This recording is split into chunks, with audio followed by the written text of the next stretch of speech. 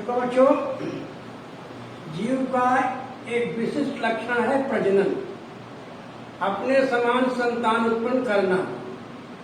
आप जानते हो कि मनुष्य के अंदर भी ऐसा गुण होता है। मनुष्य एक लिंगी होता है, तो उसमें कौन से प्रजनन अंग है? नर और मादा में अलग अलग प्रजनन होते हैं। यहाँ जो ये चार्ट अंकित है, इसमें 4 प्रकार के क्वेश्चन आते हैं। उसको समझ करके आप उसका उत्तर दीजिए। पहला क्वेश्चन आता है, मनुष्य के प्रजनन अंग का सचित्र, माने केवल चित्र बनाइए। तो आपको अगर चित्र बनाने को आता है तो केवल इतना चित्र बनाएंगे। दूसरा आता है कि मनुष्य के प्रजनन अंग का नाम लिखिए। तो ये देखिए, यहाँ पर 5 भाग हैं। इनको पहला है स्क्रोटम, दूसरा है टेस्टिस, तीसरा है वास डिफरेंशिया शुक्रवाहिनी, और चौथा है एक्सेसरी ग्लैंड, सहायक ग्रंथि, जो प्रजनन नहीं करते लेकिन प्रजनन में सहायता करते हैं। और 5वां है ट्रांसपोर्टेशन वाहक, माने सीमेन, सीमेन को स्त्री के वजाइना में प्रवेश करने वाला अंग। तो ये 5 अंग होते हैं। दूसरा क्वेश्चन। तीसरा क्वेश्चन है वर्णन। तो अगर आपको वर्णन करना है तो पहला भाग है स्क्रोटम, जिसे कहते हैं वृषण कोश। ये जो टेस्टिज है, देखिए यहाँ पर ये टेस्टिज है, एक इसके दोनों तरफ झिल्ली है जो दोहरे आवरण से बनी होती है, जिसमें देखिए वृषण के बाहर दोहरे आवरण की थैली है। पहला है ट्यूनिका वैजिनैलिस। ट्यूनिका वैजिनैलिस उदर के पेरिटोनियम झिल्ली से बनी होती है, जो बाह्य आवरण के रूप में होती है। उसके बाद दूसरा है ट्यूनिका एल्ब्यूजेनिस, भीतरी आवरण, जो व्हाइट डेंस कनेक्टिव टिश्यू की बनी होती है। तो ये तो उसका बाहरी आवरण है। दूसरा है टेस्टिज, वृषण।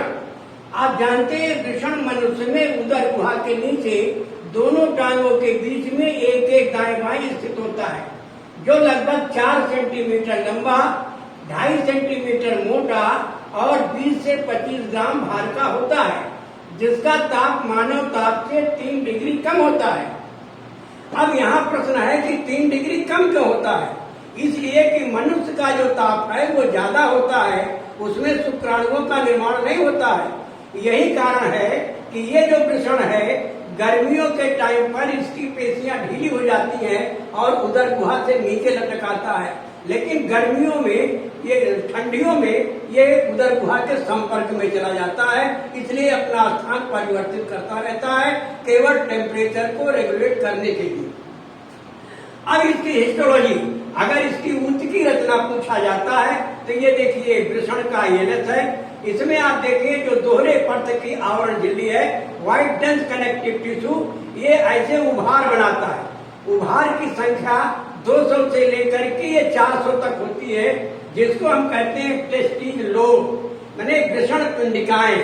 वृषण पिंडिकाओं में ये सेमिनिफेरस ट्यूब्यूल्स है। आप देखिए आगे गुच्छा है और पीछे सीधी होती है, और ये सब की नलिकाएं मिलकर के रेट ऑफ टेस्टिज, माने वृषण जालक का निर्माण करती हैं, जो आगे चल करके वास डिफरेंशिया, माने शुक्रवाहिनिकाएं आकर के इपिडिडाइमस में प्रवेश करती हैं। अब ये जो इपिडिडाइमस पार्ट है, लेकिन इसके पहले हमको ये समझना है कि जो सेमिनिफेरस ट्यूब्यूल्स है, इसको हम जर्मिनल एपिथेलियम कहते हैं, जिसमें 2 प्रकार की कोशिकाएं होती हैं। पहला है स्पर्मेटोजेनेसिस, जो स्पर्म का निर्माण करता है। दूसरा है सपोर्टिंग सेल, जिन्हें सर्टलाइज या नर्स भी कहते हैं, जो स्पर्म के निर्माण में सहायता करते हैं, पोषण करते हैं, सुरक्षा करते हैं, शोषण करते हैं और इन हार्बिन हार्मोन निकालते हैं। इन हार्मोन क्या करता है कि शुक्राणुओं के निर्माण में सहायता करता है। इसलिए कभी कभी ये भी आता है कि इसके अंदर जो ये पदार्थ है तो क्या काम है, इसको भी आवरण कर सकते हैं।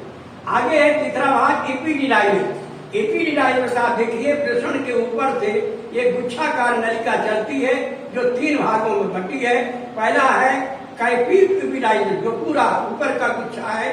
बीच का भाग जो है कैपस एपिडाइमस, और नीचे का जो यू के आकार का भाग है, इसको कार्डा एपिडाइमस करते हैं। अब एपिडिडाइमस करता क्या है?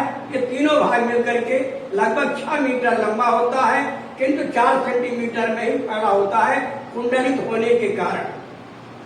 कैल्पिडिफरेंस, कार्पोसिपिडाइज और कार्बोहाइड्रेट, ये तीनों मिलकर के वृषण के अंदर जो शुक्राणु बनते हैं उनको स्टोरेज का काम करता है, उनको वृद्धि करता है, न्यूट्रिशन आदि काम करता है। अब आगे चल करके अगला भाग एपिडिडाइज में किसमें होता है? वासा एफरेंसिया। वासा एफरेंसिया लगभग 4 सेंटीमीटर लंबी होती है, जो सेमिनल वेस्किल में खुलती है। ये देखिए यहाँ पर, ये है वासा एफरेंसिया।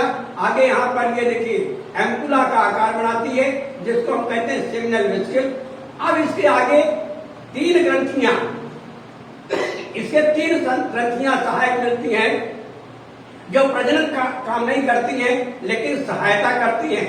तो यहाँ पर यह भी क्वेश्चन आता है कि सहायक ग्रंथियों के कार्य बताइए। तो ये नर जनांग में 3 सहायक ग्रंथियां होती हैं। पहला है सेमिनल वेस्किल। सेमिनल वेस्किल ये जो एम्पुला के आकार का है, इसमें सीमेन का 80% भाग बनता है, जिसमें फ्रक्टोज ऊर्जा उत्पादक है, प्रोस्टाग्लैंडिन संकुचन का काम करता है। जब शुक्राणु वजाइना में प्रवेश करता है तो वहां पर संकुचन होता है, जिसके शुक्राणु और अंडाशय का मिलन हो सके। इसके बाद ये तीसरा है सेमिनोजेनेटिन, ये स्कंदन का कार्य से बीज गाढ़ा हो जाता है। दूसरा है प्रोस्टाग्लैंड, इसमें 20 से 25 सीमेन का 20 से 25 भाग बनता है, जिसमें प्रोटियोलाइटिक और एंजाइम और ये साइटिल और प्रोस्टाग्लैंडिन, ये 3 भाग बनते हैं। यहाँ पर ये देखना है जो फ्रक्टोज केवल हमारे शरीर में वृषण के अंदर बनता है। तो जब किसी भी स्त्री का माने बालात्कार होता है तो उसके टेस्ट में अगर फ्रक्टोज मिल जाता है तो इसका मतलब उसको बालात्कार हुआ है, इसलिए हमको यहाँ पर जानना चाहिए।